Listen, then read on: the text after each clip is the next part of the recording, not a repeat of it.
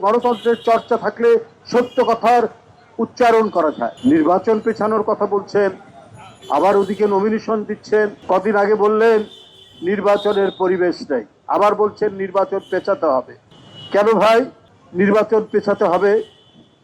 15-16 বছর আন্দোলন তো গণতন্ত্রের জন্য, তাহলে নির্বাচন কি দোষ করলো? একটা অবাধ সুষ্ঠু নির্বাচনের জন্য এই যে এত আত্মদান, এত নেতাকর্মী, এত মানুষ অদৃশ্য হয়ে গেল, গুম হয়ে গেল, আয়না ঘরে নিপীড়নের শিকার হলো, মা মেয়ের নির্যাতন হলো, বছরের পর বছর ধরে অনেককে আয়না ঘরে বন্দি করে রাখা হলো, অনেককে আমরা এখনো খুঁজে পাইনি। অনেকের লাশ পাওয়া গেছে আপনার বিভিন্ন বিল, খাল, বিল, বিভিন্ন জায়গায়। এই এজিদীয় দুঃশাসনের যে ঘটনা ঘটেছে এই দেশে 15-16 বছর, কারণ আমরা চেয়েছি মানুষের নাগরিক অধিকার, প্রকৃত গণতন্ত্র। প্রকৃত গণতন্ত্রের চর্চা থাকলে সত্য কথার উচ্চারণ করা যায়, ন্যায়ের পক্ষে সংগ্রাম করা যায়। গণতান্ত্রিক পরিবেশ থাকলে তাহলে আজকে অবাধ সুষ্ঠু নির্বাচন, মানুষের প্রত্যাশা যেটি ছিল ডক্টর মোহাম্মদ ইউনূস প্রধান উপদেষ্টা, তার নেতৃত্বে সেটি সম্পন্ন হবে। এই জন্যই তো 15-16 বছর লড়াই।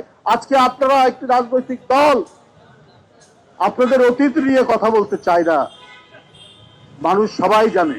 আজকে আপনারা বলেন পিছাতে হবে।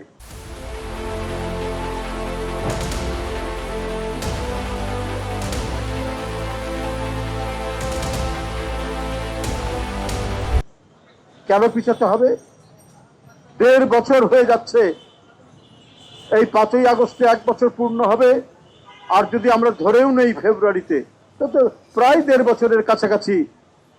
তো এর মধ্যে কি আপনার যে মানুষের যে প্রয়োজনীয় সংস্কার, সে সংস্কার কি সম্ভব নয়? তাহলে নির্বাচনকে কেন আপনারা টার্গেট করেছেন? এদিকে বলছেন পেছাতে হবে, আবার কোথাও কোথাও আপনারা নমিনেশন দিচ্ছেন, বলে আসছেন এই আমাদের প্রার্থী।